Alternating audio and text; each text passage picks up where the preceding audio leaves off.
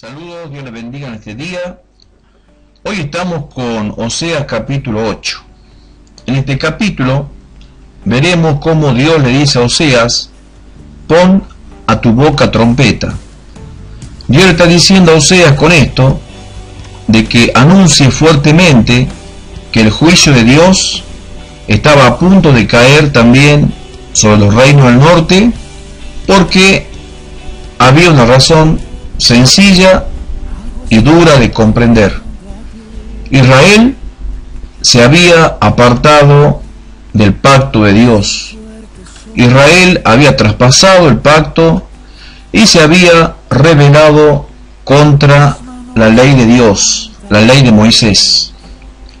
En esto podemos entender nosotros que también los cristianos muchas veces nos rebelamos en contra de la ley de Dios. Santiago, en el Nuevo Testamento, dice que nosotros tenemos que considerar nuestro ser ante la palabra de Dios en su integridad, que al mirarnos como en un espejo podamos contemplarnos tal y cual somos. Pero también Santiago dice que no tenemos que olvidarnos de cómo somos una vez que nos miramos ante la palabra de Dios, porque la palabra de Dios refleja lo que somos dentro de nuestros corazones.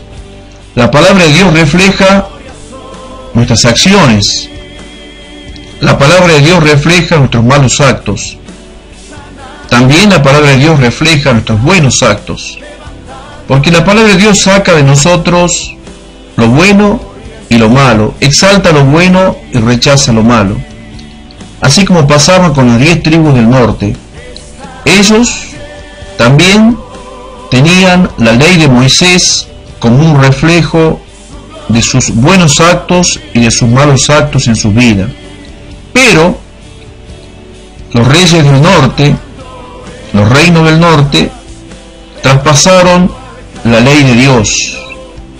Ellos mismos quisieron establecer sus propios dioses, cuando la ley de Moisés dice claramente que ellos no debían tener reyes como las otras naciones.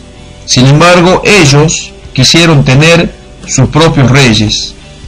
Y obviamente, al tener sus propios reyes, no eran reyes elegidos por el Señor, porque la ley mandaba que Israel no tuviera reyes como las otras naciones.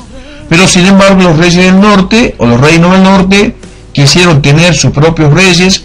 Y obviamente, cuando alguien quiere tener lo propio y no lo que Dios quiere, cuando queremos tener nuestros propios planes, nuestros propios objetivos, y no los objetivos, los planes de Dios en nuestra vida, nos encontramos en graves problemas, porque ahí comenzamos nosotros a construir nuestra propia vida lejos de lo que Dios quiere hacer con nosotros de ahí en adelante. Cuando una persona quiere marcar su propio destino, comienza a construir su propio rey. Y no solamente dioses en nuestra vida o ídolos, como hicieron los reinos del norte, levantamos sobre nuestra vida, sino también escogemos a personas como nuestro Señor, nuestro Rey. Y esto es muy feo cuando el cristiano hace, por ejemplo, de su pastor el rey de su vida. Y de a poco el cristiano va perdiendo el sentido verdadero de lo que significa tener un pastor dentro de la congregación, porque el pastor no es el rey ni el dueño del cristiano. El pastor de una congregación es, como dice la palabra, aquel que cuida de su rebaño, o sea, aquel que vigila de que el lobo, que en este caso simboliza a Satanás, no se robe las ovejas del rebaño. En pocas palabras, el pastor es el que cuida a sus congregantes para que los congregantes comiencen a vivir una vida mejor. Y, lógicamente, la vida de los creyentes esté protegida y resguardada bajo el cuidado de ese pastor. Pero cuando nosotros confundimos lo que el pastor tiene que hacer para nuestras vidas, comenzamos a hacer el pastor, en vez de un pastor, un rey. Y el rey no cumple la misma función que el pastor.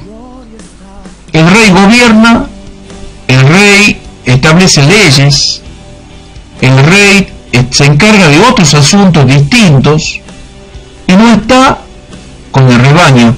El rebaño necesita a un pastor, no a un rey.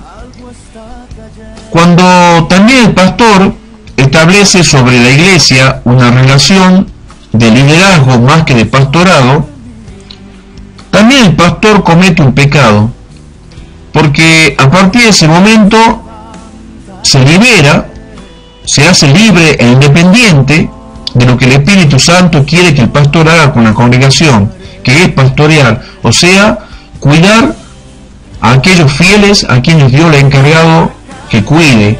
Y comienza a partir de aquel momento este pastor a ser más que nada un súbdito, un rey de aquellos que están bajo su cuidado. Comienza a tener control sobre la vida de los creyentes, comienza a dominar sus pensamientos, a dominar sus mentes, y los creyentes se convierten prácticamente en autómatas, en personas que hacen sin pensar lo que el pastor les dice, y llega a convertirse el pastor en alguien que prácticamente ha perdido el rumbo en su vida, haciendo que ese pastor llegue a convertirse prácticamente en un rey de la congregación. Yo estoy en contra, hermano querido, de aquellos pastores que hacen de su congregación esclavos, creyentes esclavos. Estoy a favor de aquellos pastores que obedecen la palabra de Dios y son pastores, que realmente se interesan por sus fieles.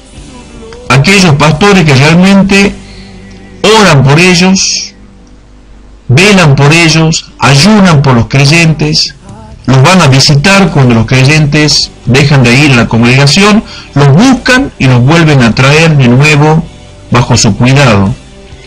A esos pastores realmente admiro y a esos pastores realmente los aplaudo, porque realmente, hermano querido, está cumpliendo con lo que la ley de Dios manda, con lo que la palabra de Dios manda, que es realmente ser un pastor y no un rey. Así que no pongamos a un líder nosotros mismos como nuestro líder. No escojamos nosotros a los líderes, sino que sea Dios el que escoja a los líderes. Porque cuando el creyente o el pastor o el líder escoge a alguien sobre nosotros, debe ser Dios el que lo debe escoger. ¿Y cómo se escoge un líder? A un líder no se lo escoge a dedo, ni se lo escoge porque habla bien o porque tiene buen aspecto, no. Recordemos el caso de David. Cuando fue ungido por Samuel, Dios le dijo: no mires su apariencia, sino mira su corazón. Y Dios le dijo: porque yo miro el corazón. Entonces Dios escogió allí a David porque David tenía un corazón humilde. Y los líderes deben ser hombres humildes. Los líderes deben ser hombres entregados a Dios como el corazón que tenía David en el Antiguo Testamento. Esto es importante entender. Logremos comprender nosotros que en la iglesia no debe haber escogidos del pueblo, sino hombres escogidos de Dios, hombres que Dios pone en las congregaciones. Obviamente son los creyentes los que van a dar el visto bueno de aquel hombre o de aquella mujer que va a ser líder, porque está teniendo un buen testimonio. Hombres con buen testimonio, mujeres con buen testimonio, hombres humildes, hombres justos, hombres verdaderos, como dice la Biblia, esposo y esposa de una sola mujer, un solo varón, que críe bien sus hijos y que gobierne bien su casa, porque aquel que no sabe gobernar su propia casa, tampoco podrá gobernar la iglesia del Señor. Si el líder tiene a sus hijos en la droga o en el alcohol, o el líder tiene hijos rebeldes, seguramente también no está capacitado para manejar la iglesia del Señor. Eso es importante a tener en cuenta. Y esto logremos comprenderlo siempre en nuestras vidas. Nosotros, al igual que las tribus del norte, no hagamos ídolos en nuestra vida, ni siquiera hombres ni mujeres líderes, ni tampoco tengamos ídolos de imágenes o ídolos de pecados, porque el pecado también es un ídolo en nuestra vida. Desechemos al pecado de nuestra vida, aquello que nos domina, aquello que nos controla, aquello que nos lleva a hacer cosas malas, es un ídolo en nuestra vida. Y así como las tribus del norte también edificaban templos, como dice acá en 8:14, que las tribus del norte edificaban templos, pero los templos que edificaban no eran para Dios, sino que los templos que edificaban eran para sus ídolos. Procuremos nosotros no edificar templos en nuestro corazón, porque debe haber en nuestro corazón un solo templo, el templo de Dios. Y nosotros tampoco tomemos para nuestras vidas la protección de nuestro corazón a través de ciudades fortificadas. La ciudad fortificada simboliza que en nuestro corazón no tenemos que crear nuestra propia seguridad, no ser nosotros mismos con nuestra propia inteligencia los que creamos que con nuestra inteligencia vamos a estar resguardados. Nadie está seguro con su propia sabiduría. Dios es el que nos cuida, Dios es el que nos guarda, no nuestra propia sabiduría. No intentemos nosotros fortificar nuestras vidas como hicieron los reinos del sur, amurallando las ciudades. No amuralles tu vida con tu propia sabiduría. No amuralles tu vida con tu propia sabiduría. Busca que Dios sea tu muro, Él que sea tu protección, que Dios sea el que te guarde, que Dios, como dice el Antiguo Testamento, el Salmo, que Dios sea tu escudo, que Dios sea tu fortaleza, tu roca, no tu propia inteligencia, no tu propia sabiduría. Así que bueno, hermanos, así como dice Oseas capítulo 8, tratemos, así como los reinos del norte, las 10 tribus, de no hacer lo que ellos hicieron, de no querer tener su propio gobierno. No nos gobernemos a nosotros mismos, dejemos que Dios gobierne nuestras vidas, y dejemos también que la palabra de Dios sea la que gobierne nuestras vidas. Dejémonos gobernar por la palabra de Dios y dejémonos gobernar por el Espíritu de Dios. No caigamos en el control de los demás, no nos entreguemos a la voluntad de los demás, no seamos esclavos de los otros, no busquemos ayuda en las personas. Primero busquemos la ayuda de Dios, primero a los pies de Dios, primero la oración delante de Dios, y después, si hace falta ayuda de alguien, la buscaremos, pero nosotros los creyentes jamás tenemos que confiar en la ayuda humana. Nosotros tenemos la oración, tenemos el ayuno, tenemos la palabra, tenemos muchas cosas en nuestra mano para aprender a confiar totalmente en Dios, y que la palabra de Dios, que refleja nuestras acciones buenas y malas, sea siempre el lugar donde nos podamos reflejar y donde nos podamos ver, para que entendamos las cosas malas que estamos haciendo y así podamos corregir aquellas cosas que no le agradan al Señor. Vivamos una vida de humildad, vivamos una vida de justicia, vivamos una vida de verdad. No hagamos como las tribus del norte que confiaban en la ayuda humana. No hagamos como las tribus del norte que tenían sus propios ídolos. Tampoco hagamos como las tribus del norte que no quisieron obedecer el pacto ni estar bajo la ley de Moisés, haciendo todo lo que la ley de Moisés le mandaba que no debían hacer. Ellos lo hacían. Nosotros también no hagamos como ellos. Cumplamos lo que la palabra de Dios dice, lo que la ley de Dios dice. lo que el Nuevo Testamento nos ordena y lo que el Antiguo Testamento nos muestra, lo que debemos hacer. No establezcamos nuestros propios dioses, no nos manejemos nosotros mismos. Bueno, que Dios te bendiga, hermano querido, y nos veremos en el próximo video. Saludo a todos los suscriptores.